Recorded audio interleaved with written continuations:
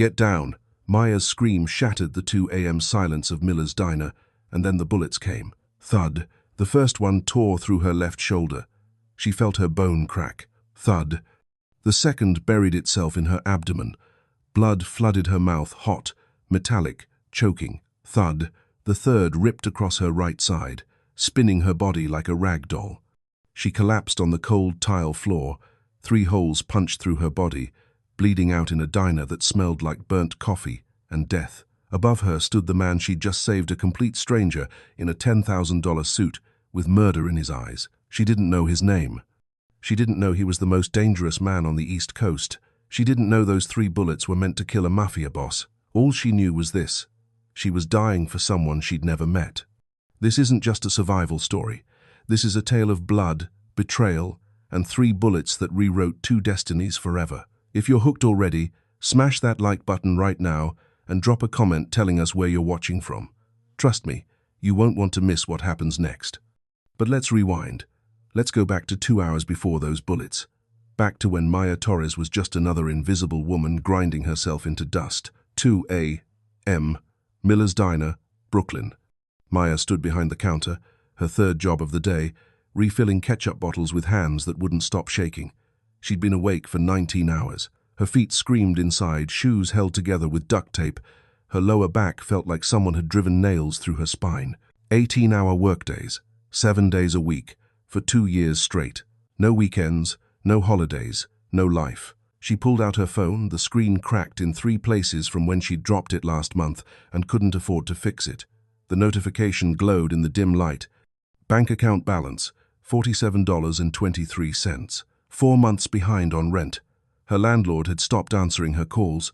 The eviction notice was probably already taped to her door. But that wasn't what kept her awake at night. Her phone buzzed. A text from Mount Sinai Hospital. "Miss Torres, this is a reminder that Jasmine's condition is deteriorating. The surgery must be scheduled within 90 days. Total cost, $198,450. Please contact our billing department immediately." Maya's hand tightened around the phone until her knuckles went white. Jasmine, her baby sister, 19 years old, with a smile that could light up entire city blocks and a heart that was slowly killing her. Dilated cardiomyopathy. The doctors said it in that cold, clinical way that made it sound like a math problem instead of a death sentence. Her sister's heart was failing. Without surgery, a full transplant, and months of recovery, Jasmine had maybe 3 months left. 3 months, 90 days, 2,160 hours, and Maya had $47. She'd done the math 1,000 times. Working 3 jobs, waitressing at Miller's Diner, cleaning offices downtown, and weekend shifts at a grocery store in Queens, she made about $3,200 a month. After rent, utilities, food, and Jasmine's medications, she had maybe $200 left over. At that rate, she'd need 83 years to save $200,000. Jasmine didn't have 83 years. She didn't even have 83 days. Maya leaned against the counter and closed her eyes. The exhaustion was so deep it felt like drowning. Her body had stopped sending pain signals weeks ago. Now it just existed in a constant state of numb, aching fatigue. She thought about her mother. Lung cancer, stage 4. Gone in 6 months, leaving behind $120,000 in medical debt that the hospitals came after Maya for. She was 21 years old, working 2 jobs and taking night classes, when the collection agencies started calling. It took her 12 years to pay it off. 12 years of living in basements and eating ramen and wearing the same 3 outfits until they fell apart. She'd finally made the last payment 8 months ago. 8 months of breathing. 8 months of thinking maybe, just maybe, life would give her a break. Then Jasmine collapsed at her college dorm, and the nightmare started all over again. And then there was Marcus, her ex-boyfriend, the man she'd trusted with everything, the man who'd promised her forever and then disappeared with her life savings, $30,000 she'd scraped together over 6 years, money she'd hidden in a joint account because he'd convinced her they were building a future together. He'd emptied it 2 years ago and vanished, changed his number, deleted his social media, gone like smoke. That money would have covered 1/6 of Jasmine's surgery. Maya opened her eyes and stared at her reflection in the diner's window. She looked like a ghost. Hollow cheeks, dark circles so deep they looked like bruises, hair pulled back in a bun that was falling apart. 29 years old, and she looked 40, but she was still standing, because Jasmine needed her, and Maya Torres didn't know how to quit. She'd sell her organs if she had to. She'd work until her heart gave out. She'd burn herself down to ash if it meant her sister got to live. The diner door chimed. Maya straightened up, forced a smile onto her face, and grabbed the coffee pot. "Welcome to Miller's," she said, her voice hoarse from exhaustion. "Sit anywhere you like." She didn't know it yet, but the man walking through that door was about to change everything. Have you ever worked so hard you thought your body would give out? Drop a comment and let us know. We read every single one. The man who entered Miller's diner at 2:20 a.m. didn't belong there. Everything about him screamed wrong. He wore a charcoal suit that probably cost more than Maya made in 6 months. The fabric caught the fluorescent light, like liquid smoke. His watch, some sleek, minimalist thing with no numbers, had to be worth at least 10 grand. His shoes were Italian leather, polished to a mirror shine. But it wasn't the money that made Maya's instincts scream. It was the way he moved. Smooth, controlled, like a predator stalking through tall grass. His eyes swept the diner in one cold, calculating glance, cataloging exits, counting people, assessing threats. He walked to the darkest corner booth, the one tucked against the back wall where no one could come up behind him, and slid into the seat facing the door. Maya grabbed a menu and approached. Up close, he was even more unsettling. Late 30s, maybe 40. Jet black hair slicked back. A scar cut across his jaw, thin, precise, like someone had drawn it with a razor. His eyes were grey, not soft grey like storm clouds, cold grey like steel, like winter ice over a frozen lake. "What can I get you?" Maya asked, her voice steady despite the chill crawling up her spine. He didn't look at the menu. Black coffee, water, no ice. His voice was low, quiet, but it carried weight. The kind of voice that didn't need to be raised to make people obey. Coming right up. Maya turned to leave, but she felt his eyes on her back, watching, calculating. She poured the coffee with hands that wanted to shake, but didn't.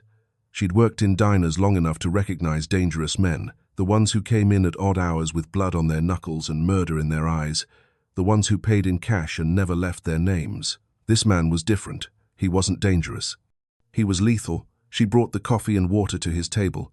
He nodded once, a sharp, economical movement, and wrapped his hands around the mug.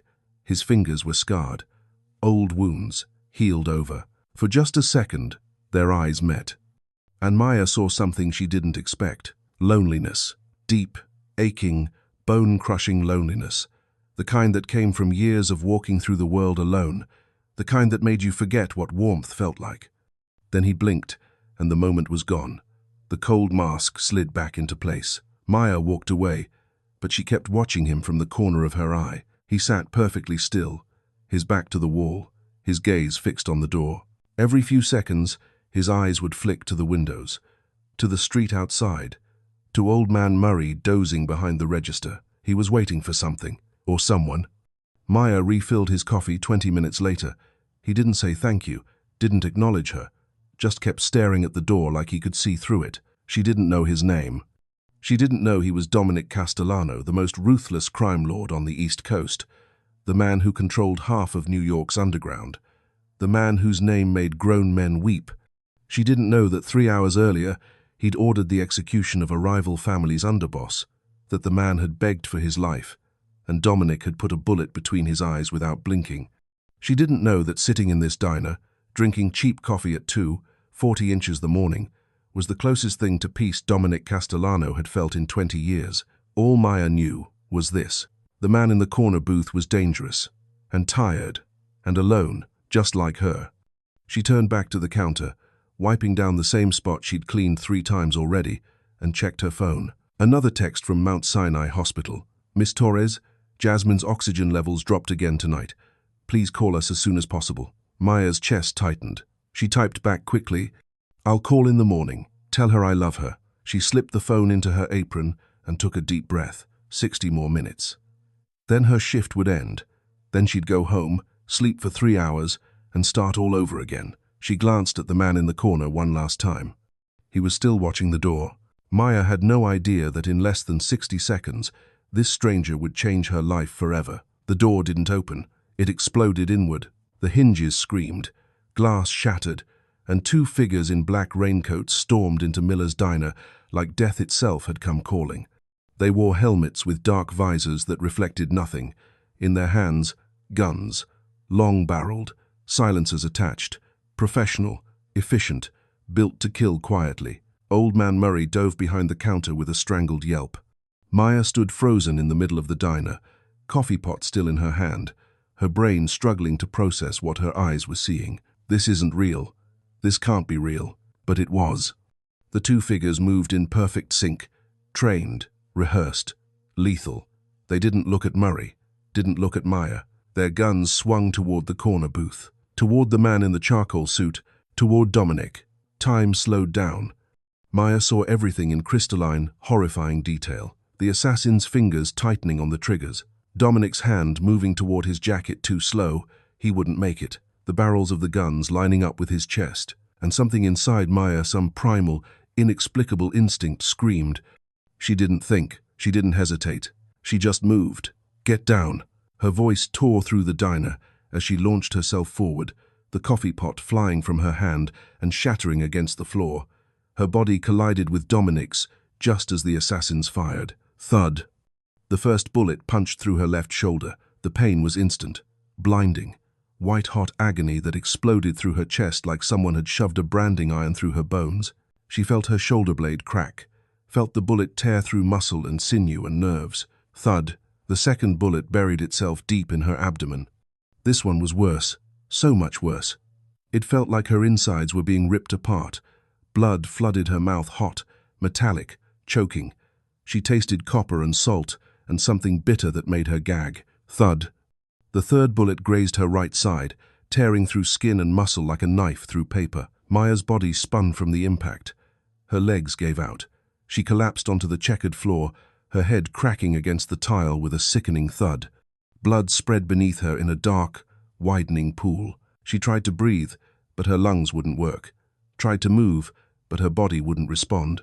The fluorescent lights above her flickered and blurred. I'm dying, she thought distantly. This is what dying feels like. Above her, Dominic Castellano's face appeared grey, eyes wide with shock. For one frozen second, he just stared at her. She took the bullets for me. Then his survival instincts kicked in. He moved like lightning. His hand shot into his jacket and came out with a Glock, 19 black, sleek, deadly. In one fluid motion, he flipped the table, sending coffee mugs and silverware crashing to the floor, and dropped into a crouch behind it. The first assassin fired again.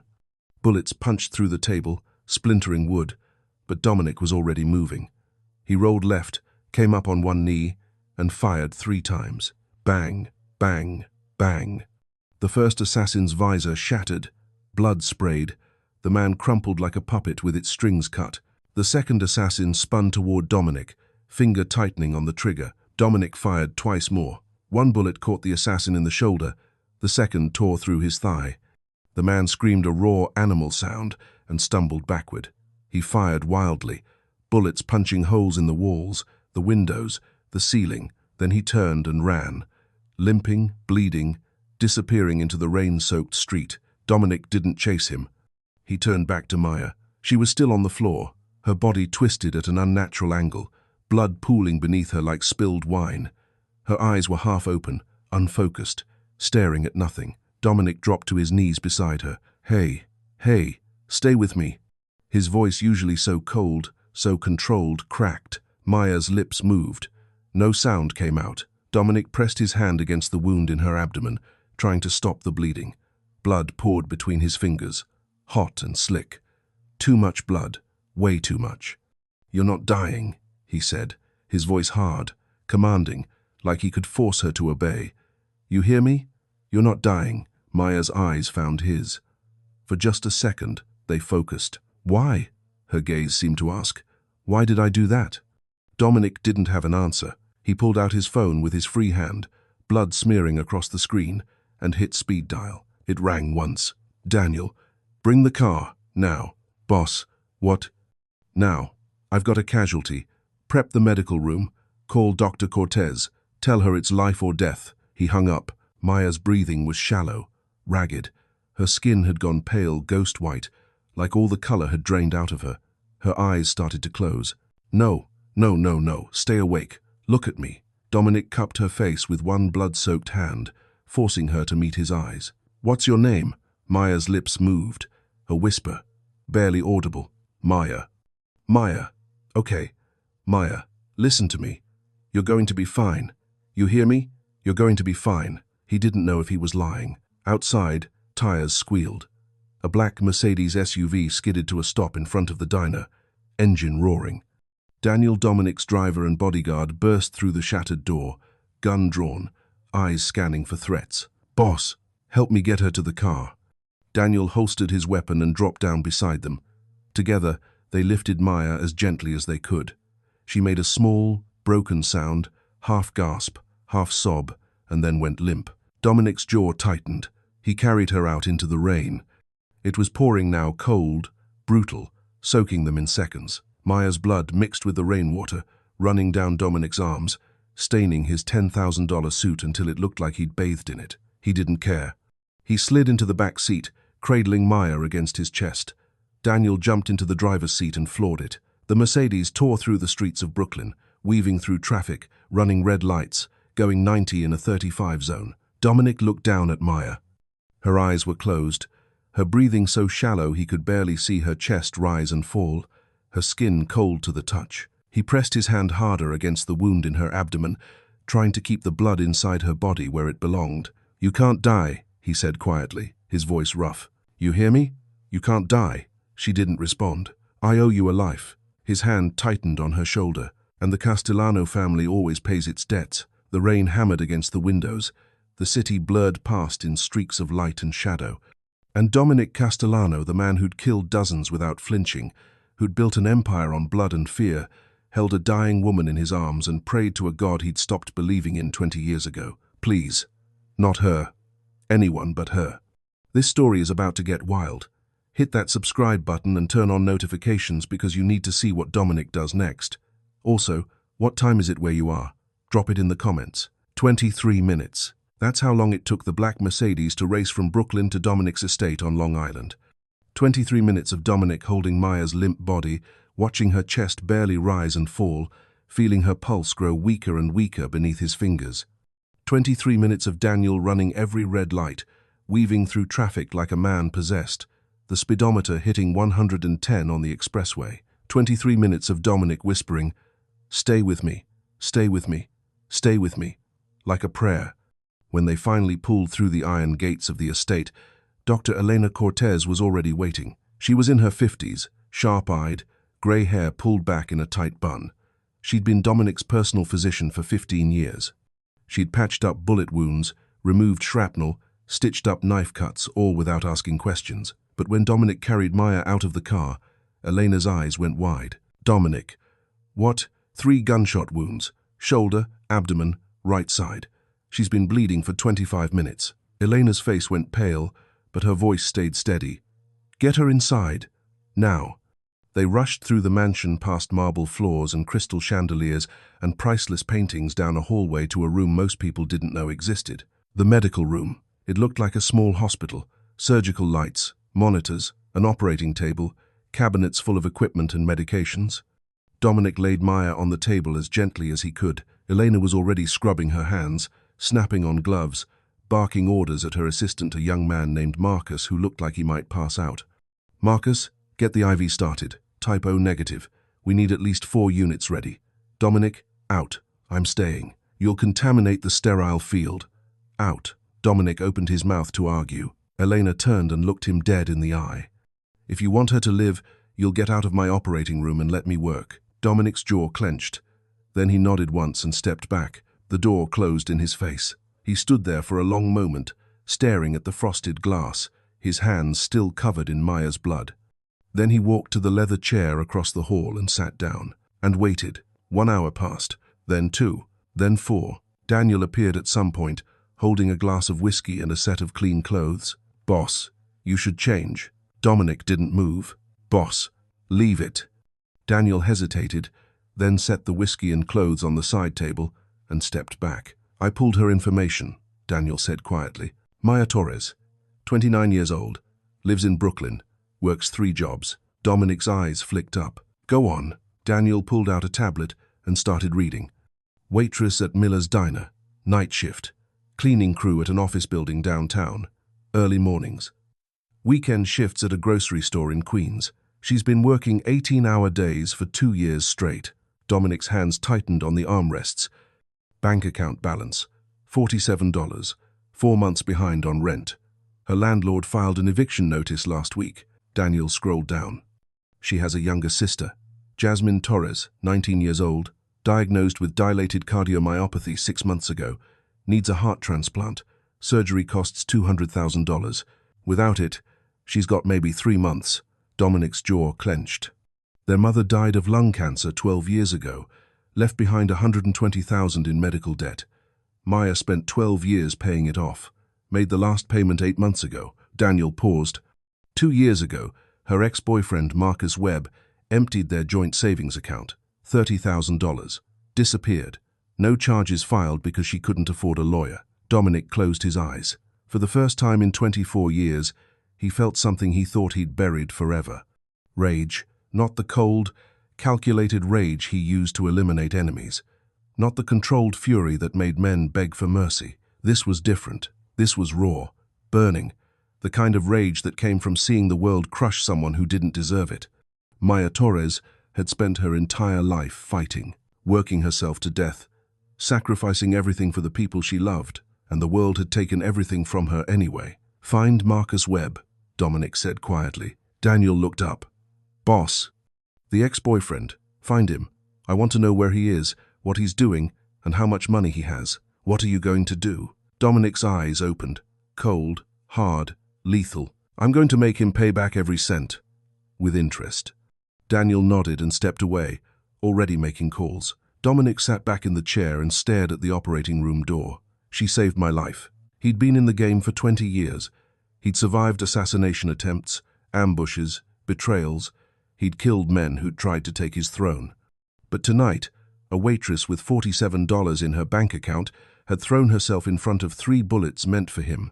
Why? He didn't understand it. She didn't know him, didn't owe him anything, had every reason to let him die and walk away. But she'd saved him anyway.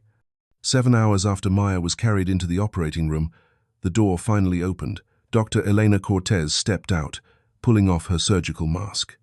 Her face was drawn, exhausted, but her eyes were steady. Dominic shot to his feet. "Is she? She's alive."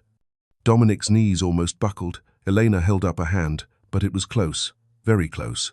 The bullet in her abdomen nicked her liver and tore through her intestines. "I had to remove part of her small intestine and repair the liver." She lost almost half her blood volume. Her heart stopped for 3 minutes on the table. Dominic's chest tightened. "But we got her back. She's stable now, sedated. She'll need weeks of recovery, maybe months. But she'll live." Dominic exhaled a long, shaky breath he didn't know he'd been holding. "Can I see her?" Elena nodded. 5 minutes. Don't touch anything." Dominic walked into the recovery room. Maya lay on the bed, pale as death, hooked up to monitors and IV lines. Her chest rose and fell in slow, steady rhythm. The machines beeped softly, tracking her heartbeat, her oxygen levels, her blood pressure. She looked so small, so fragile. Dominic pulled a chair up beside the bed and sat down. For a long time, he just watched her breathe. Then he leaned forward, elbows on his knees, and spoke quietly. "I don't know why you did it. I don't know what made you throw yourself in front of those bullets." He paused. "But I'm going to find out. And no matter the cost, I will repay this debt." His voice dropped to a whisper. "The Castellano family always pays its debts." He sat back and watched the monitors, watched her chest rise and fall, watched life flow back into her body, one heartbeat at a time. And for the first time in 24 years, Dominic Castellano felt something other than cold, empty darkness. He felt hope. Maya woke up to the sound of birds singing. That was the first strange thing. She hadn't heard birds in years. Not in Brooklyn. Not in the parts of the city where she lived, where the only sounds were sirens and car horns and people shouting at 3 in the morning. The second strange thing was the softness beneath her. Silk sheets. She could feel them against her skin, cool, smooth, expensive, nothing like the scratchy, threadbare blankets she'd been sleeping under for the past decade. The third strange thing was the light. Warm, golden, streaming through floor-to-ceiling windows draped with velvet curtains the color of deep wine. Maya's eyes snapped open. Above her hung a crystal chandelier, massive, glittering, the kind of thing she'd only seen in movies about rich people. Panic slammed into her chest. Where am I? She tried to sit up and immediately gasped as pain exploded through her shoulder, her abdomen, her side. Her body screamed in protest. She looked down and saw bandages wrapped around her torso, her arm in a sling, and then the memories came flooding back. The diner, the men in black, the guns, the bullets. I was shot. Her heart started racing. She looked around wildly, taking in the room. It was enormous, bigger than her entire apartment. The walls were painted a soft cream color. Antique furniture, a mahogany dresser, a velvet armchair, a writing desk with gold accents, paintings in gilded frames, a fireplace with a marble mantel. This wasn't a hospital. Was I kidnapped? The door opened. Maya's breath caught. A woman entered, late 50s, kind face, wearing a simple grey dress and an apron. She carried a tray with a glass of water and what looked like medication. "Oh, you're awake." The woman's face lit up. "Thank God. We were so worried." Maya's voice came out hoarse, cracked. Where am I?"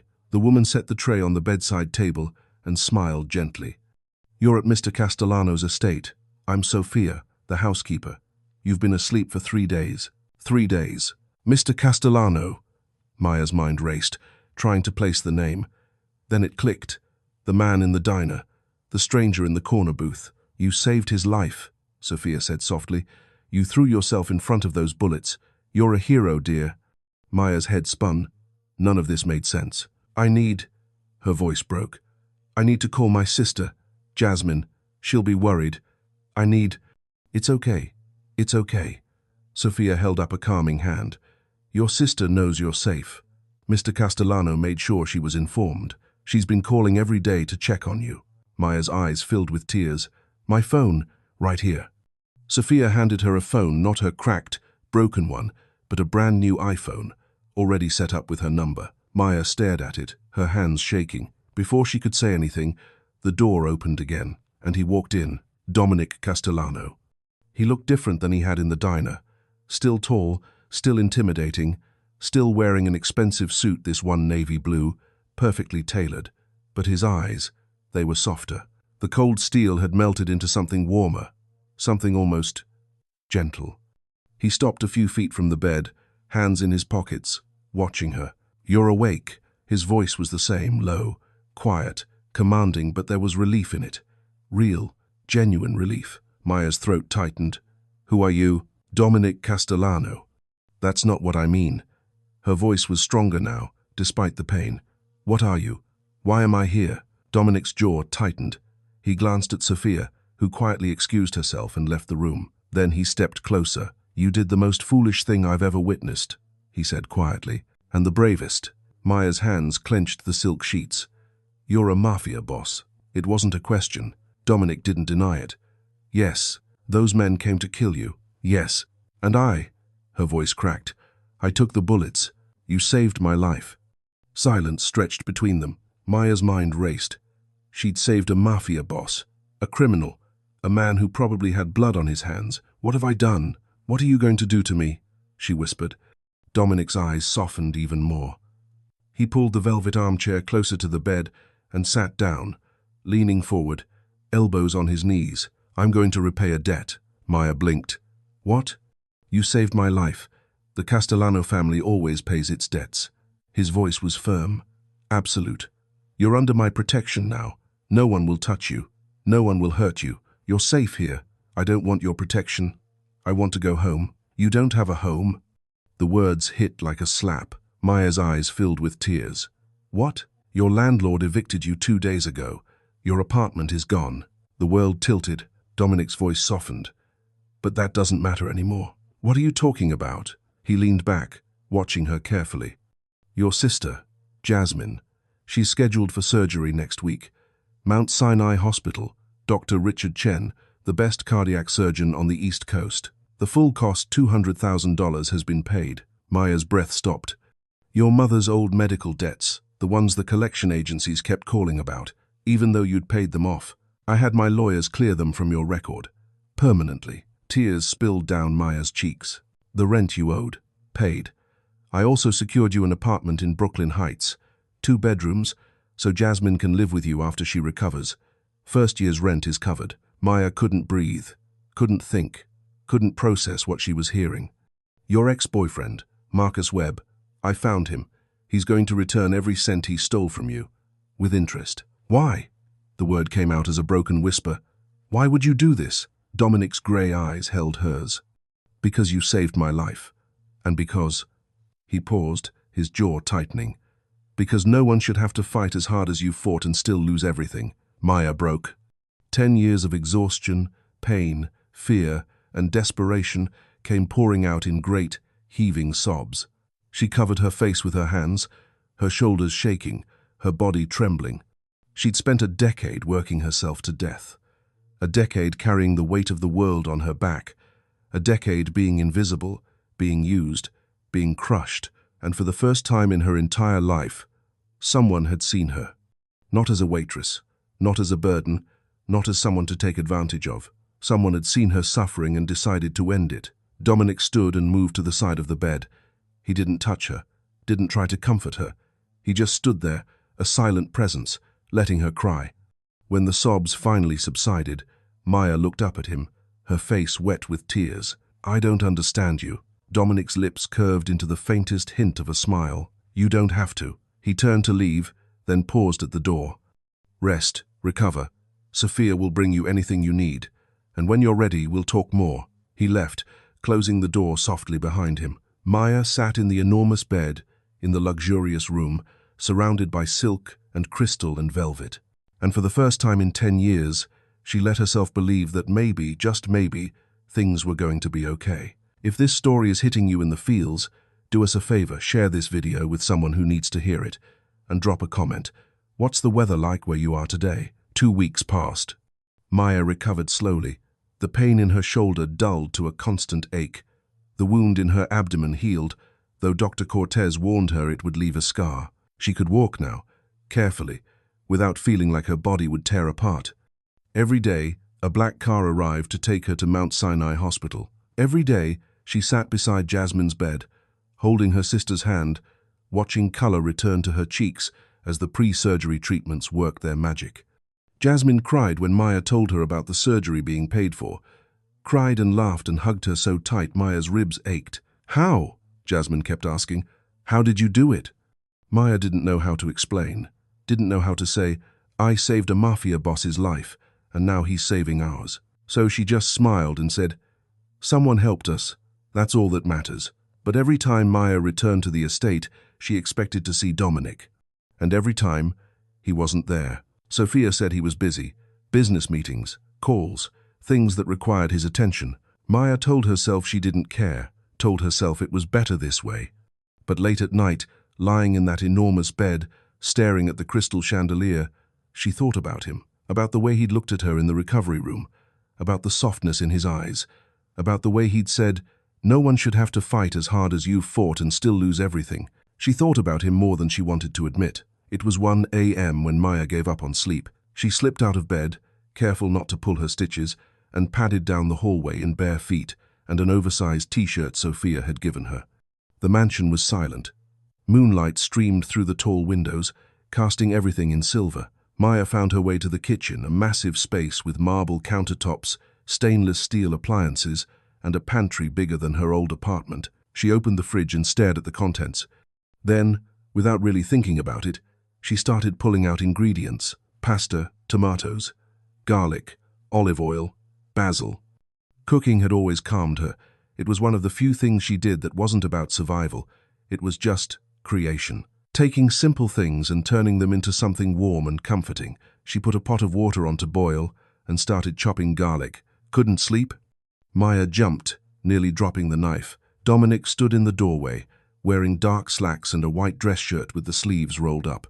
His hair was slightly mussed, like he'd been running his hands through it. He looked tired. I'm sorry, Maya said quickly. I didn't mean to. I can clean this up. Don't. He stepped into the kitchen. What are you making? Just pasta. Nothing fancy. Dominic moved closer, leaning against the counter, watching her work. You cook? When I can. Maya's hands moved automatically, mincing the garlic, dicing the tomatoes. It's one of the only things I do that isn't about money or survival. It's just for me. Dominic was quiet for a moment. I haven't had a home-cooked meal in 20 years. Maya looked up, surprised. Really? I have a chef, but it's not the same. It's food, but it's not. He trailed off, searching for the word. Not made with love. Maya finished softly. Their eyes met. Something shifted in the air between them. Maya turned back to the stove, her heart beating faster. She added the garlic to the pan, the sizzle filling the silence. Why have you been avoiding me? She asked quietly. Dominic didn't answer right away. Because you're dangerous. Maya's hands stilled. I'm dangerous? Yes. His voice was low, rough. You make me feel things I haven't felt in a very long time, things I can't afford to feel. Maya turned to face him. He was closer than she'd realized, close enough that she could see the faint scar on his jaw, close enough to see the exhaustion in his eyes, the loneliness. What happened to you? She whispered. Dominic's jaw tightened. For a moment, she thought he wouldn't answer. Then he spoke. My mother died when I was 10. Heart disease. We couldn't afford the treatment. I watched her fade away over 6 months. Maya's chest tightened. My father was murdered when I was 12, shot in the street by a rival family. I found his body. Dominic, I was raised by my uncle. He taught me the business, taught me how to survive, how to kill, how to bury every emotion until I felt nothing. His grey eyes met hers. I've spent 24 years building walls, making sure no one could get close enough to hurt me. And then you. He shook his head. You threw yourself in front of 3 bullets for a stranger. You broke something in me I didn't know could still break. Maya's breath caught. We're the same, she whispered. Betrayed by the world, forced to carry everything alone. Dominic stepped closer. I'm not a good man, Maya.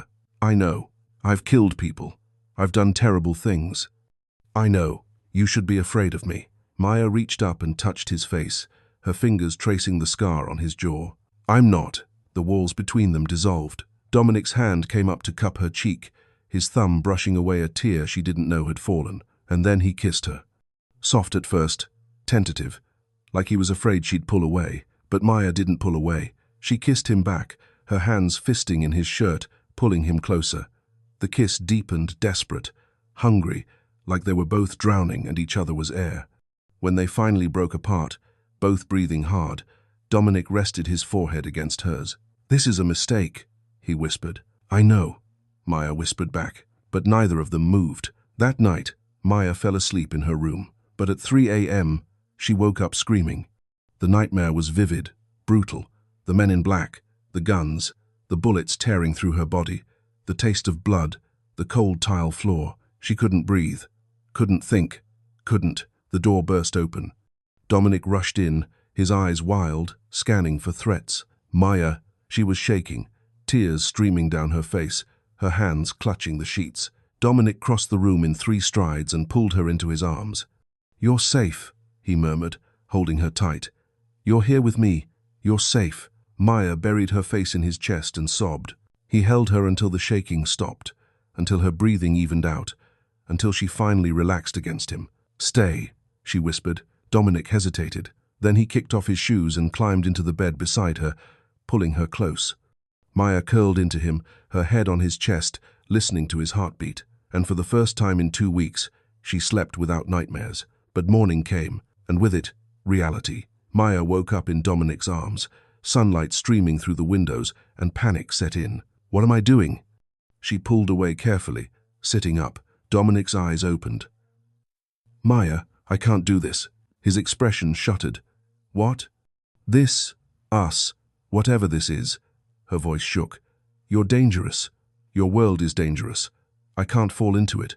I can't drag Jasmine into it. Dominic sat up, his face going cold, the walls slamming back into place. You're right. The words cut deeper than Maya expected. You should leave, he said, his voice flat. Your sister is fine. Your debts are paid. You don't owe me anything. Maya's heart cracked. Okay.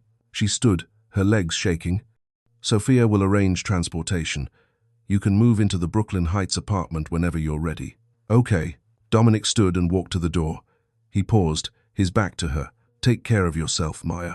Then he left. Maya stood in the empty room, tears streaming down her face, and wondered why doing the right thing felt so much like dying. 3 nights later, Maya still hadn't left. She told herself it was because Jasmine's surgery was in 4 days and she wanted to be close to the hospital. She told herself it was because the Brooklyn Heights apartment wasn't ready yet. She told herself it was practical, logical, smart. But the truth was simpler. She couldn't leave him, even though she'd told him she had to, even though he'd agreed, even though they'd barely spoken since that morning. She couldn't walk away, so she stayed in that enormous mansion, wandering the halls like a ghost, avoiding Dominic, avoiding the truth. It was 11 p.m. when she heard the screaming. Maya had been walking through the east wing, unable to sleep, restless, her mind spinning in circles when the sound drifted up from somewhere below. A man's voice, raw, terrified, begging. Her blood went cold. She should have turned around, should have gone back to her room, should have pretended she hadn't heard anything. But her feet carried her forward, down a hallway she'd never explored, to a door she'd never noticed, a staircase leading down into darkness. The screaming got louder. Maya descended the stairs, her heart pounding, her hands shaking. The basement was cold. Concrete floors, bare walls, a single light bulb hanging from the ceiling, casting harsh shadows, and in the center of the room stood Dominic. He'd taken off his jacket. His white shirt was rolled up to his elbows, splattered with blood. In his hand, an iron rod, heavy and brutal. On the floor in front of him, a man tied to a chair, his face swollen and bleeding, his body trembling. "Please," the man sobbed. "Please, I'm sorry. I didn't mean you sold information to the Volkov family." Dominic's voice was cold, empty, the voice of a man who'd done this 1,000 times. "You put my people at risk.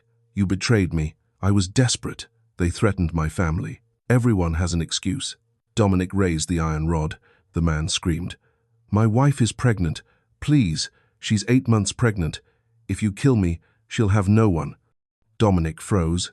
The rod hung in the air, suspended. For a long moment, no one moved.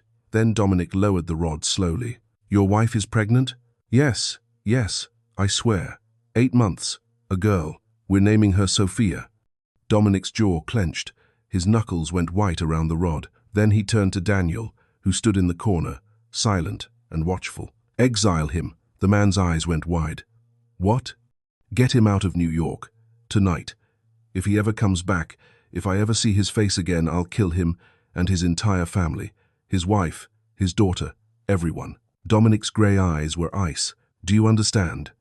The man nodded frantically, tears streaming down his face. Yes, thank you. Get him out of my sight." Daniel moved forward, cutting the ropes, hauling the man to his feet, and that's when Maya stumbled. Her foot caught on the bottom step. She gasped, grabbing the railing. Dominic's head snapped toward her. Their eyes met. For one frozen second, neither of them moved. Then Dominic's expression hardened. He dropped the iron rod, it clattered against the concrete, and walked toward her. "You shouldn't be down here." His voice was flat, cold, the warmth she'd seen in him completely gone. Maya's throat tightened. "I heard screaming, and you came to investigate." His eyes narrowed. "That was foolish. I know." Dominic stopped in front of her, close enough that she could see the blood on his shirt, smell the copper tang of it. "I told you who I am," he said quietly. "I'm not a good man. This is what I do. This is my world." Maya's heart pounded. She should be terrified, should be running, should be calling the police. But instead, she looked up at him and said, "You spared him." Dominic's jaw tightened. "What?" "The man. You were going to kill him. But when he said his wife was pregnant, you hesitated." Her voice was soft but steady. "You spared him because of his pregnant wife. Because you couldn't bring yourself to make a child grow up without a father." Dominic's eyes flashed. "I exiled him. That's not mercy. It's more mercy than he deserved. More than most men in your position would give." "You don't know what you're talking about." "Don't I?" Maya stepped closer. "Your mother died when you were 10. Your father was murdered when you were 12. You know what it's like to lose your parents. You know what it's like to grow up alone." Dominic's hands clenched into fists. "You couldn't kill him," Maya whispered, "because you saw yourself in that unborn child. You saw the life she'd have without a father, and you couldn't do it." "Stop. You're not entirely bad either." Dominic's control snapped. He grabbed her shoulders, not rough, but firm, and pulled her close, his face inches from hers. You need to stop seeing things in me that aren't there. I'm a killer, Maya. I've done things that would make you sick. I've hurt people, destroyed families, burned lives to the ground. I know. Then why are you still here? Maya's eyes filled with tears. Because I see you. The real you. Not the monster you pretend to be. Not the cold, empty shell. I see the man who paid for my sister's surgery, who cleared my debts, who held me when I had nightmares, who spared a traitor because his wife was pregnant. Her voice broke. I see you, Dominic. And I can't walk away. The walls between them shattered. Dominic pulled her into his arms and kissed her, fierce, desperate, like he was drowning and she was the only thing keeping him alive. Maya kissed him back, her hands fisting in his blood-stained shirt, not caring, not thinking, just feeling. When they finally broke apart, both breathing hard, Dominic rested his forehead against hers. This is dangerous, he whispered. I know. If you stay, you'll be part of my world, and my world is full of monsters. Maya's hands came up to cup his face. Then I'll face them with you. Dominic's eyes closed. His arms tightened around her, and for the first time in 24 years, he let himself believe that maybe, just maybe, he didn't have to walk through hell alone. Victor Castellano arrived on a Tuesday afternoon in a silver Aston Martin and a smile that didn't reach his eyes. He was handsome in a cold, calculated way. Tall, lean, with dark hair slicked back, and a suit that probably cost more than most people's cars. He looked like Dominic, same sharp jawline, same grey eyes, but where Dominic's eyes held depth and hidden warmth, Victor's were empty. Shark eyes. Maya felt it the moment she met him. She was in the library, curled up in a leather armchair with a book she wasn't really reading, when Dominic brought him in. Maya, this is my cousin, Victor Castellano. Victor, this is Maya Torres. Victor's smile widened. He crossed the room and took her hand, bringing it to his lips. The famous Maya. The woman who took 3 bullets for my cousin. It's an honor. His hand was cold. Maya forced a smile. Nice to meet you. But every instinct in her body screamed danger. Victor stayed for dinner. He was charming, witty, telling stories that made even Daniel crack a smile. But Maya watched the way his eyes tracked Dominic, the way his smile never quite reached his eyes, the way his fingers drummed against the table, impatient, calculating. After dinner, Dominic walked Victor out. Maya stood at the window, watching them talk in the driveway. Victor said something. Dominic laughed, a rare, genuine sound. But Victor's expression, when Dominic turned away, was pure venom. Maya's blood ran cold. That night, Victor drove to a warehouse on the outskirts of Brooklyn. Inside, Nikolai Volkov was waiting. Nikolai was a mountain of a man, 6'5", 250 pounds of muscle and scar tissue. His face looked like it had been carved from stone with a dull knife. He was the head of the Russian Mafia on the East Coast, and he'd been trying to take down Dominic Castellano for 5 years. You're late, Nikolai said, his accent thick. Victor smiled. I was having dinner with my dear cousin. And the girl? She's perfect. Victor pulled out his phone and showed Nikolai a photo he'd taken discreetly. Maya sitting in the library, sunlight streaming through the window. Maya Torres, 29 years old, waitress, saved Dominic's life. He's completely obsessed with her. Nikolai's eyes narrowed. Obsessed? He paid $200,000 for her sister's surgery, cleared all her debts, set her up in a luxury apartment. He's never done that for anyone. Victor's smile widened. Dominic has always been untouchable. No family, no friends, no weaknesses. But now he has her. Nikolai leaned back, a slow smile spreading across his brutal face. So we take the girl. Exactly. We kidnap her, use her as bait. Dominic will come for her, he won't be able to help himself. And when he does, we kill him. I take over the Castellano family. You get the East Coast territories you've been fighting for. Everyone wins. Except Dominic. Except Dominic. Nikolai extended a massive hand. We have a deal. Victor shook it, his smile cold and triumphant. Dominic always said family was a weakness. Looks like he was right. 2 weeks passed. Jasmine's surgery was a success. Maya spent every day at the hospital, watching her sister recover, watching color return to her cheeks, watching her live. Dominic visited once, standing in the doorway, watching Maya hold Jasmine's hand. Jasmine looked up at him with wide eyes. You're him, the one who saved us. Dominic's expression softened. Your sister saved me first. Jasmine smiled, weak but genuine. Thank you. For everything. Dominic nodded once, then left. But Maya saw the way his eyes lingered on her, the way his expression shifted when he thought she wasn't looking. He loved her. He hadn't said it, probably never would. But she knew, and God help her, she loved him too. The Peace Gala at the Metropolitan Museum was in 3 days. It was a charity event all the major crime families attended under the guise of legitimate businessmen, pretending to care about art and culture while secretly negotiating territory and power. Dominic had to attend. It was expected. I want you to come with me, he said one morning over coffee. Maya looked up, surprised. To the gala? Yes. Dominic, I don't belong in that world. You belong wherever I am. The words hung in the air between them. Maya's heart stuttered. Okay. Dominic's lips curved into a rare, genuine smile. I'll have Sophia take you shopping. Get a dress, something that makes every man in that room wish he was me. Maya laughed despite herself. That's a tall order. You could wear a garbage bag and still be the most beautiful woman there. Maya's cheeks flushed. Dominic stood, leaned down, and kissed her forehead. 3 days. Then we'll show the world who you are. 2 days before the gala, Maya took the car to Brooklyn Heights to check on Jasmine.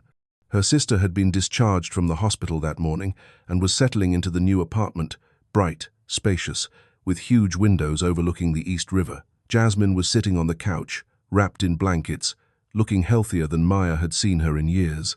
This place is incredible, Jasmine said, her eyes shining. I still can't believe this is real. Maya sat beside her, taking her hand. It's real. You're going to be okay. We're both going to be okay. They talked for hours. About the future. About Jasmine going back to college. About Maya, maybe, finally, taking a break. At 6 p.m., Maya kissed her sister goodbye and headed down to the street where the car was waiting. She didn't notice the black van parked across the street, didn't notice the 2 men watching her. She opened the car door, and a hand clamped over her mouth. A cloth pressed against her nose and mouth. Chemical smell, sweet and sickening. Chloroform. Maya struggled, tried to scream, tried to fight, but the world went dark. When Maya woke up, her head was pounding. She tried to move and realized her hands were tied behind her back, her ankles bound to the legs of a chair, rope cutting into her wrists. She was in a warehouse. Empty, cold, concrete floors and rusted metal beams, a single light bulb hanging overhead. Panic slammed into her chest. No, no, no, no. Footsteps echoed. A figure stepped into the light, Victor Castellano. Maya's blood turned to ice. Hello, Maya. Victor's smile was cold, predatory. Sorry about the rough treatment, but you're a very important piece in a very dangerous game. What do you want? Maya's voice was hoarse. I want what Dominic has. Power, territory, respect. Victor circled her slowly, like a shark. But Dominic has always been untouchable. No weaknesses, no vulnerabilities, until you. Maya's heart pounded. You're the perfect card to bring him down. He'll come for you. He won't be able to help himself. And when he does, Victor leaned down, his face inches from hers. I'll kill him and take everything. Dominic will kill you. Victor laughed, a cold, hollow sound. He'll try, but he'll die first. He pulled out his phone and showed her the screen. A live video feed, Jasmine's apartment. Jasmine sitting on the couch, reading a book, completely unaware. Hidden camera, Victor said casually. 1 call, and my men go in. Your sister dies. Slowly, painfully. Maya's breath stopped. So here's what's going to happen. You're going to sit here quietly. You're going to be good bait. And when Dominic walks into my trap, you're going to watch him die. And then, if you're very lucky, I might let you and your sister live. Victor straightened up, pocketing his phone. Welcome to the game, Maya. Let's see if you survive it. He walked away, his footsteps echoing in the empty warehouse. Maya sat in the darkness, tied to a chair, her heart breaking, because she'd realized something terrible. She loved Dominic Castellano, and Victor was going to use that love to kill him. 7 p.m. Dominic checked his phone for the 5th time in 10 minutes. No messages, no calls. Maya should have been back by now. She'd left for Jasmine's apartment at 4 p.m. It was a 40-minute drive, maybe an hour with traffic. She should have called by 6:30. It was 7. Something was wrong. Dominic dialed her number. It rang, and rang, and rang. Voicemail. His jaw clenched. He tried again. Voicemail. Again. Voicemail. Daniel. His bodyguard appeared in the doorway instantly. Boss?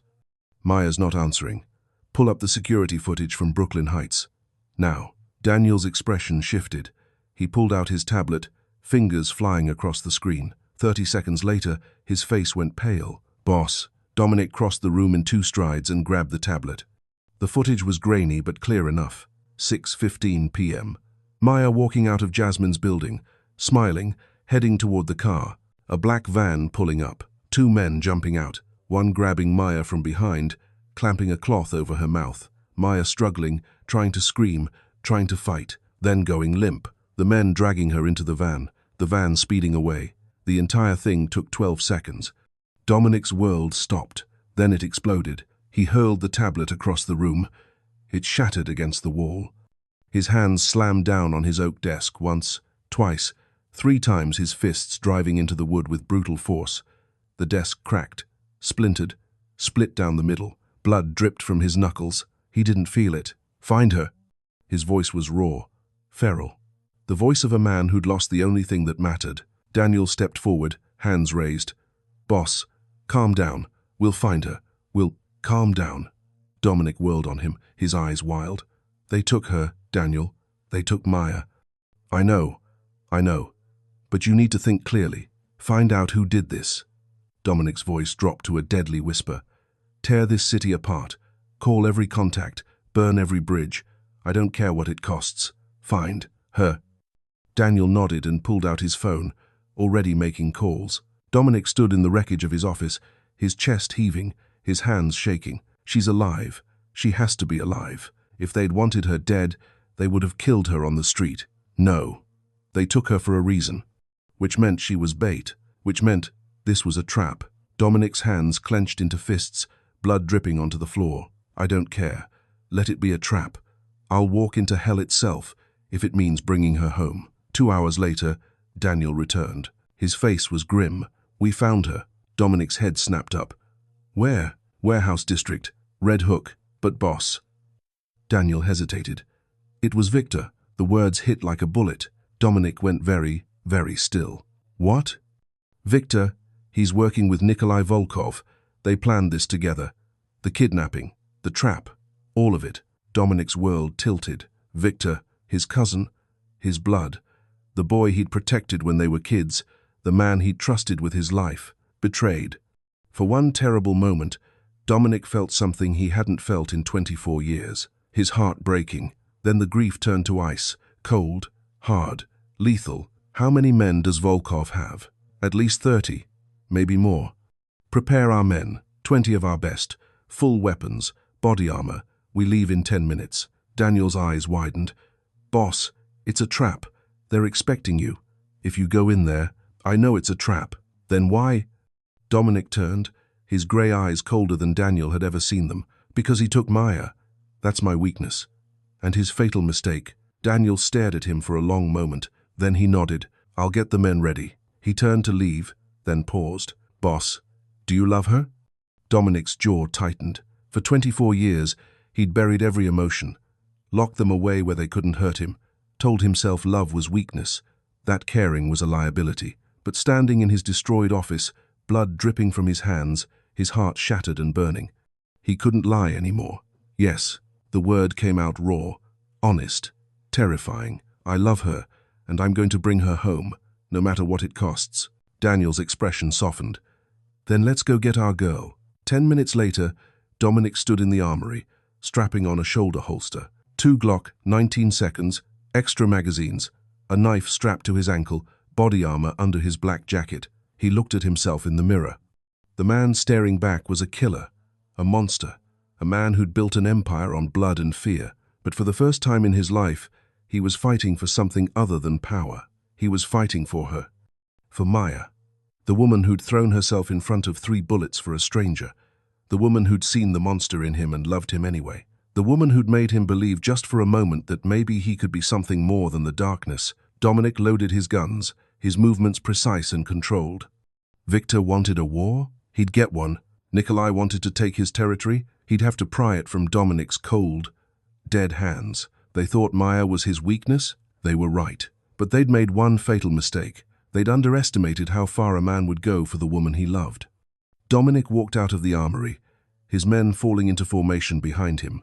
20 of the most dangerous men in New York, armed, trained, loyal, ready to burn the world down.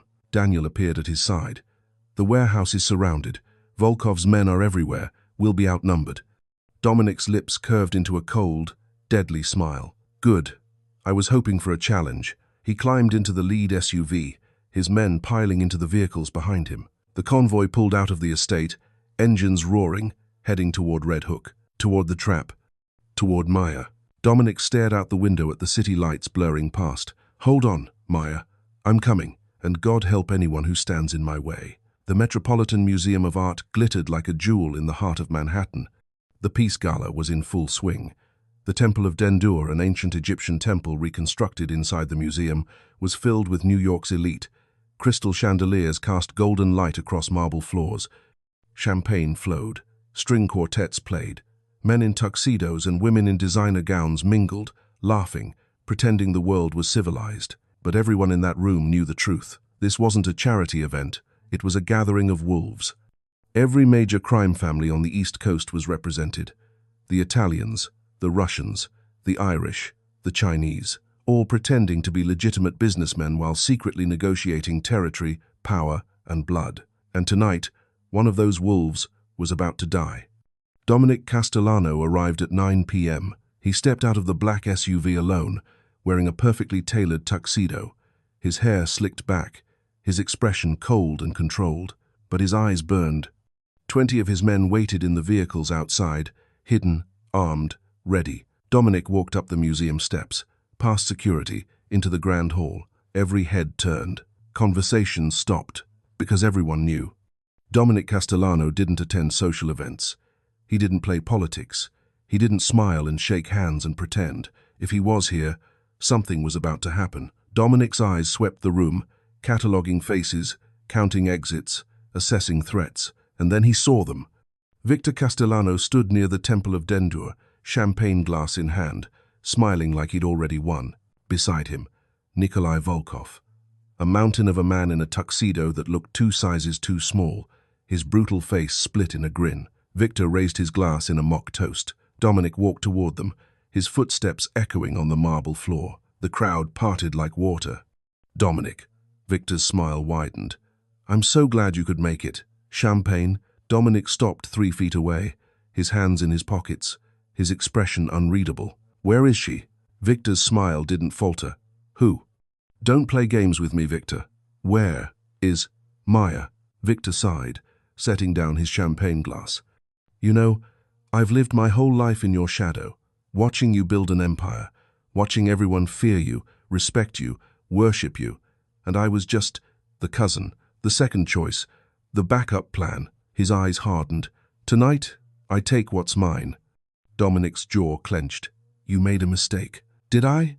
Victor gestured around the room. Look around, cousin. You're surrounded. And that's when Dominic noticed. The men in tuxedos weren't all guests. At least 30 of them were Volkov soldiers, positioned at every exit, every window, every door, all of them armed, all of them watching Dominic. Nikolai stepped forward, his smile vicious. You walked right into trap, Castellano. Like mouse into cage. Dominic's expression didn't change. I know. Victor's smile faltered. You? No? Of course I know. You think I'm stupid? Dominic's voice was cold, deadly calm. You took the woman I love.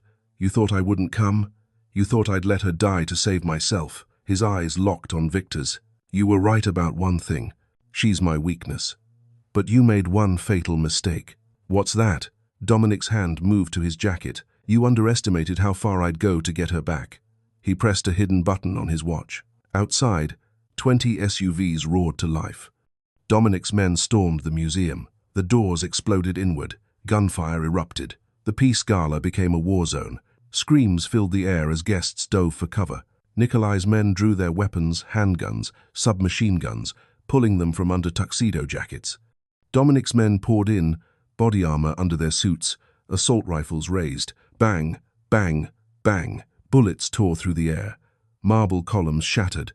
Priceless paintings were riddled with holes.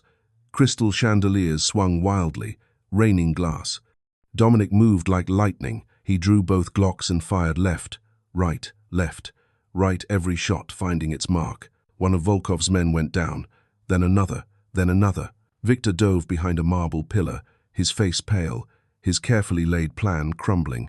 Nikolai roared orders in Russian, his men forming a defensive line, but Dominic was unstoppable. He moved through the chaos like death itself, rolling behind cover, coming up firing, dropping enemies with brutal efficiency. His face was cold, focused, every movement precise. He wasn't fighting for territory. He wasn't fighting for power. He was fighting for her. Daniel appeared at his side, firing in controlled bursts. "Boss! Upstairs! They're holding her upstairs." Dominic's eyes snapped to the grand staircase. He reloaded both guns and ran. Meanwhile, 2 floors above, Maya was fighting her own battle. She'd been locked in a storage room for hours, tied to a chair, listening to the sounds of the gala below. But Maya Torres hadn't survived 10 years of hell by giving up. She'd noticed the broken mirror in the corner. Carefully, painfully, she'd tipped her chair over, crawled across the floor, and used a shard of glass to saw through the ropes binding her wrists. It took 20 minutes. Her hands were bleeding, but the ropes finally gave. She freed her ankles, stood on shaking legs, and looked around. The room was full of museum equipment, ladders, tools, and a lockbox on the wall. Maya smashed it open with a metal rod. Inside, a handgun, security issue. She'd never fired a gun in her life, but 2 weeks ago, Dominic had taken her to his private range, taught her the basics, how to hold it, how to aim, how to breathe. You squeeze the trigger, don't pull, and always aim for center mass. Maya checked the magazine. 6 bullets. She took a deep breath, opened the door, and stepped into the hallway. The sounds of gunfire were deafening now. Maya moved carefully, staying low, following the sound. She reached a balcony overlooking the Temple of Dendur, and her heart stopped. Below, the museum was a battlefield. Bodies on the floor, blood on the marble, men fighting, shooting, dying, and in the center of it all, Dominic. He was surrounded, outnumbered, but fighting like a demon. Every shot, perfect. Every movement, lethal. Maya's chest tightened. He came for me. He walked into a trap for me, and then she saw him. Nikolai Volkov. The massive Russian was circling around behind Dominic, a machine gun in his hands, a vicious smile on his face. Dominic didn't see him. His back was turned, focused on the men in front of him. Maya's blood turned to ice. She couldn't reach Dominic in time, couldn't scream loud enough for him to hear over the gunfire. She raised the gun, her hands shaking, 20 meters away, maybe more. "I can't make that shot. I fired a gun once in my life." Nikolai raised the machine gun, finger tightening on the trigger. Maya looked up. Directly above Nikolai hung a massive crystal chandelier, easily 1/2 ton, suspended by a single chain. If I can hit the chain? It was impossible. A tiny target, 20 meters away, with a gun she barely knew how to use, but it was the only chance. Maya raised the gun, aimed at the chain, and fired. Bang! Miss. The bullet sparked off the ceiling 3 feet to the left. Nikolai's head snapped up. He saw her. His eyes widened. Then he smiled cold, vicious, and turned back toward Dominic. 1 bullet left. Maya's hands were shaking so hard she could barely hold the gun. "I can't miss. If I miss, Dominic dies." She thought about the diner, about throwing herself in front of 3 bullets for a stranger. She thought about Dominic holding her through her nightmares. She thought about the way he'd looked at her and said, "You belong wherever I am." She loved him, and she wasn't going to let him die. Maya took a deep breath, steadied her hands, aimed. "You squeeze the trigger, don't pull." She squeezed. Bang! The chain snapped. For 1 frozen second, the chandelier hung in the air. Then it fell. 1/2 ton of crystal and metal plummeted down like the wrath of God. Nikolai looked up.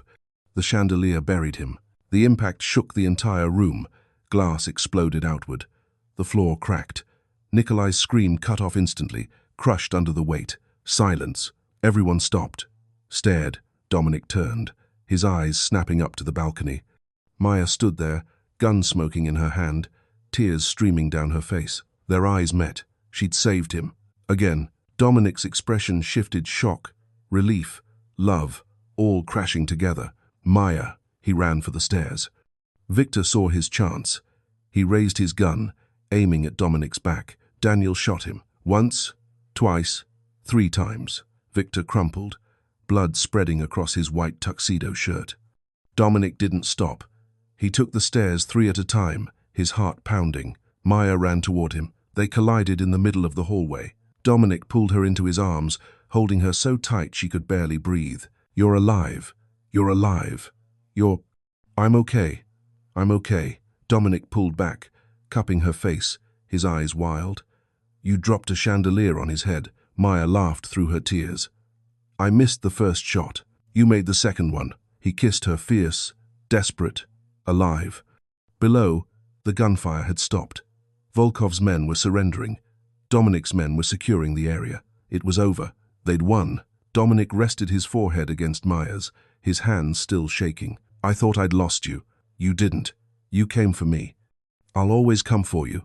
Maya's hands came up to cup his face. "I love you." The words hung in the air between them. Dominic's eyes closed. His arms tightened around her. "I love you too." For the first time in 24 years, Dominic Castellano let himself feel it.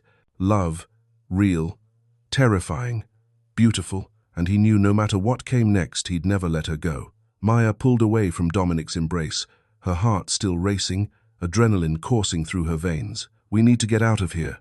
The police are already paid off. We have 20 minutes. Dominic took her hand. "Come on." They ran down the grand staircase together, stepping over debris, broken glass crunching under their feet. The Temple of Dendur was a disaster. Bodies, blood, shattered marble. The massive chandelier that had crushed Nikolai lay in a twisted heap of crystal and metal. Dominic's men were securing the perimeter, zip-tying the surviving members of Volkov's crew. Daniel appeared, his face grim. "Boss, we need to move. NYPD is 3 minutes out." "Where's Victor?" "Over there. He's still alive." Dominic's jaw clenched. He started toward the marble pillar where Victor had fallen. A gunshot rang out. Maya screamed. Victor lunged out from behind the pillar, blood soaking his tuxedo, his face twisted in rage and pain. He grabbed Maya, yanking her back against his chest, pressing a gun to her temple. "Don't move." Dominic froze, both Glocks raised, aimed at Victor's head. But he couldn't shoot, not without risking Maya. Victor's laugh was wet, broken. Blood bubbled at the corner of his mouth. "You ruined everything," he screamed at Maya, his voice cracking. "I had it all planned. Perfect. And you stupid waitress, you destroyed it." "Victor." Dominic's voice was deadly calm. "Let her go." "Why? So you can kill me? So you can take everything while I rot in the ground? You're my blood. I'll give you exile, a chance to disappear. Just let her go." Victor's grip tightened on Maya. She could feel the gun shaking against her head, feel his blood soaking into her dress. "No, no. If I can't have the throne, I'll take what matters to you." His finger started to tighten on the trigger. "Maya!" Dominic shouted. The distraction lasted 1 second, but 1 second was all Maya needed. She still had the security guard's gun tucked into the back of her waistband. Her hand shot back, grabbed it, twisted her body hard to the left, and fired.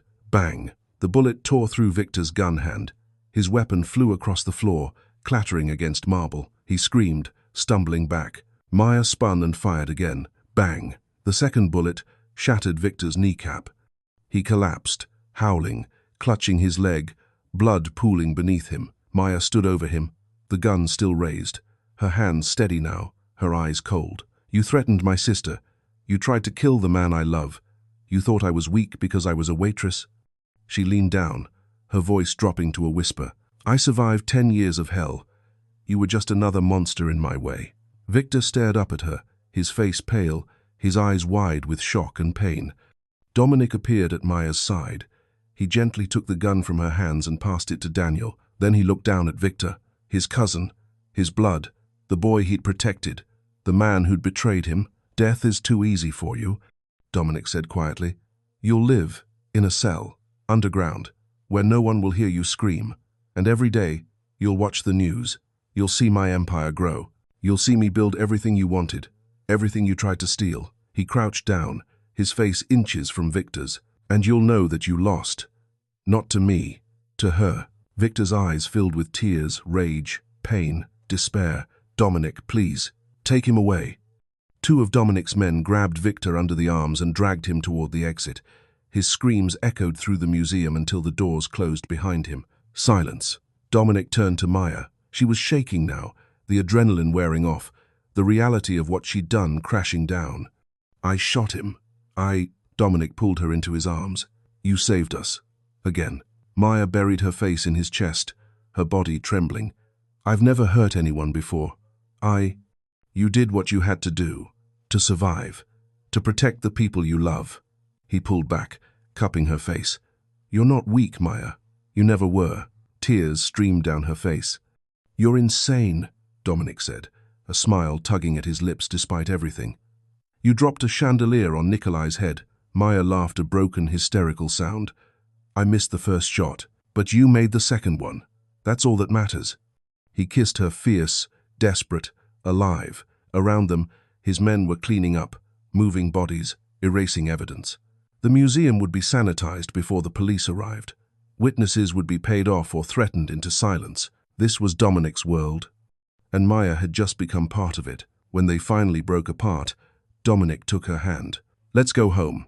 Maya nodded, her fingers intertwining with his. They walked out of the Metropolitan Museum together, past the wreckage, past the blood, past the bodies, into the night, into their future. Together, 6 months passed like a dream. Winter melted into spring. The city transformed grey slush, giving way to green leaves, bitter cold replaced by warm sunshine. Victor Castellano sat in an underground cell, watching a small television screen. Every day, the news showed the same thing. Dominic Castellano's empire expanding. New territories, new alliances, new power. And beside him in every photo, Maya Torres. Not hiding in the shadows, not cowering, standing at his side, his equal, his queen. Victor screamed until his voice gave out. No one heard him, no one cared. Marcus Webb was found in Atlantic City, living under a fake name, spending Maya's stolen money on gambling and expensive suits. Dominic's men brought him back to New York in the trunk of a car. He was given a choice: return every cent with interest, or disappear permanently. Marcus chose to live. The full $30,000 plus an additional $15,000 in interest was deposited into Maya's account. She stared at the number on her phone screen and cried, not because of the money, because for the first time in her life, someone had made things right. Jasmine Torres was discharged from Mount Sinai Hospital on a Tuesday morning in April. Maya was there, of course, and so was Dominic, standing quietly in the corner, watching. Jasmine walked out of the hospital on her own 2 feet, wearing a yellow sundress, her face glowing with health and life. She saw the sunshine and started crying. "I didn't think I'd see another spring," she whispered. Maya pulled her sister into her arms and held her tight. "You're going to see 100 more, I promise." They stood there on the hospital steps, holding each other, crying and laughing at the same time. Dominic watched from a distance, his chest tight. This was why he'd done it, why he'd paid the $200,000, why he'd risked everything. Because Maya had saved his life, and he'd saved hers. They were, even now, except they weren't. Because somewhere along the way, it had stopped being about debt and started being about love. 1 week later, Dominic took Maya on a drive. "Where are we going?" she asked, watching the city blur past the window. "You'll see." They pulled up in front of a building in Brooklyn. Maya's breath caught. Miller's Diner, except it wasn't Miller's Diner anymore. The old, run-down exterior had been completely renovated. New windows, fresh paint, a sign above the door, in elegant script, "Maya's Place." "Dominic, what did you do?" He smiled, that rare, genuine smile that made her heart skip. "Come inside." He took her hand and led her through the door. The interior was transformed. The checkered floor had been replaced with warm hardwood. The old booths were gone, replaced by elegant tables and comfortable chairs. Soft lighting, fresh flowers, art on the walls. It was beautiful, warm, inviting. But in the back corner, the darkest corner, where Dominic had sat that night, table number 4 remained. The same booth, the same worn leather, with a small brass plaque on the table, reserved. Maya's eyes filled with tears. "This is where I met you," Dominic said quietly. "Where you saved my life, where everything changed. I couldn't let it disappear." Maya turned to him, her vision blurred with tears. "You bought the diner? I bought the building, renovated it. It's yours now. You can do whatever you want with it. Turn it into a restaurant, a cafe. Burn it down if you want. Dominic. He stepped closer, taking both her hands. I lived 36 years in the dark, Maya. 36 years of cold, empty existence. I didn't know what warmth felt like, what love felt like, what home felt like. His voice cracked. And then you appeared. A waitress with $47 in her bank account and a heart big enough to take 3 bullets for a stranger. He dropped to one knee. Maya's breath stopped. Dominic pulled a small velvet box from his jacket and opened it. Inside, a diamond ring. Simple, elegant, perfect. I'm not a good man. I never will be. My world is dangerous. My hands are stained with blood. I can't promise you safety or peace or a normal life. His grey eyes met hers, raw and vulnerable. But I can promise you this. I will love you until my last breath. I will protect you with everything I have. I will stand beside you through every storm, and I will never, ever let you face the darkness alone. Tears streamed down Maya's face. Maya Torres, will you rule this hell with me? Maya dropped to her knees in front of him, her hands cupping his face. I've lived in hell my whole life, Dominic, working myself to death, losing everything, fighting just to survive. She smiled through her tears. At least now I won't walk it alone. Is that a yes? Yes, yes, 1,000 times yes. Dominic slipped the ring onto her finger, a perfect fit, and pulled her into his arms.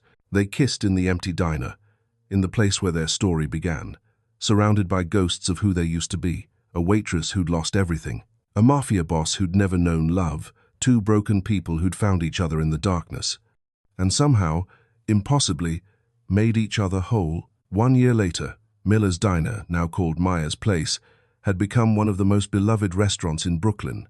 It wasn't fancy, it wasn't pretentious, it was warm, welcoming, the kind of place where families came for Sunday brunch and couples came for quiet dinners. Maya ran it herself, though she didn't have to.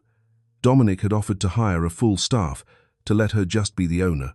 But Maya liked working, liked greeting customers, liked cooking in the kitchen, liked the feeling of building something with her own hands. She stood behind the counter now, wearing tailored black pants and a soft cashmere sweater. Her hair was down, falling in waves around her shoulders.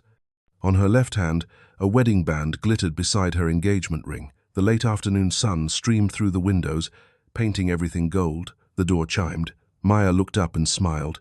Dominic Castellano walked in, wearing a charcoal suit, his hair perfectly styled, looking every inch the powerful crime lord he was. But when his eyes found Maya, his expression softened. He walked to table number 4, the reserved booth in the corner, and sat down. Maya grabbed the coffee pot and crossed the room. "What can I get you?" she asked, her eyes sparkling. "Black coffee, no sugar." She poured it, the familiar ritual grounding them both. Then she slid into the booth across from him and took his hand. They sat in comfortable silence, watching the street outside, watching people walk by, watching the sun paint the buildings gold. "Do you ever think about that night?"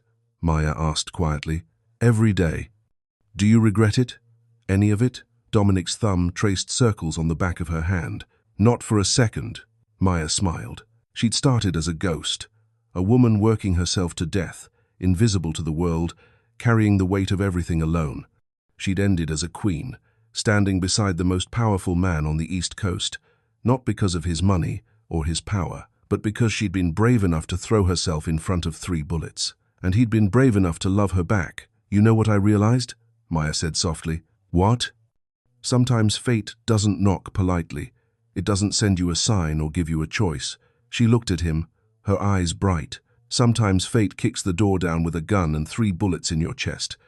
And you either run from it or you face it head on." Dominic's lips curved into a smile.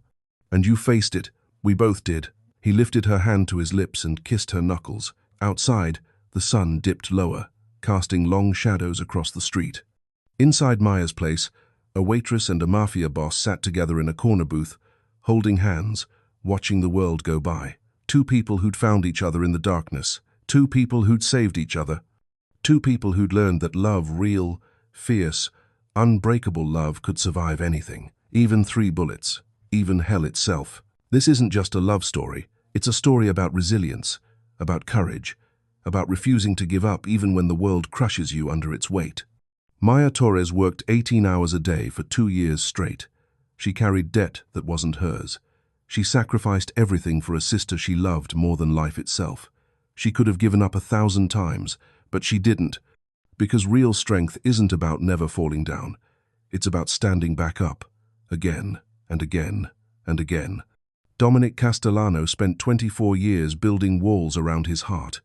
He convinced himself that love was weakness, that caring was a liability, that he was better off alone. But then a waitress with $47 in her bank account threw herself in front of 3 bullets for him. And those walls came crashing down, because even the coldest hearts can be warmed by the right person. Life isn't fair. It never has been. It never will be. Some people are born with everything.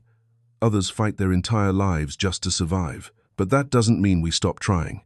That doesn't mean we stop fighting. That doesn't mean we stop believing that things can get better. Maya proved that one brave act, one moment of selfless courage can change an entire life. She saved Dominic, and in return, he saved her. Not with money, not with power, but with love.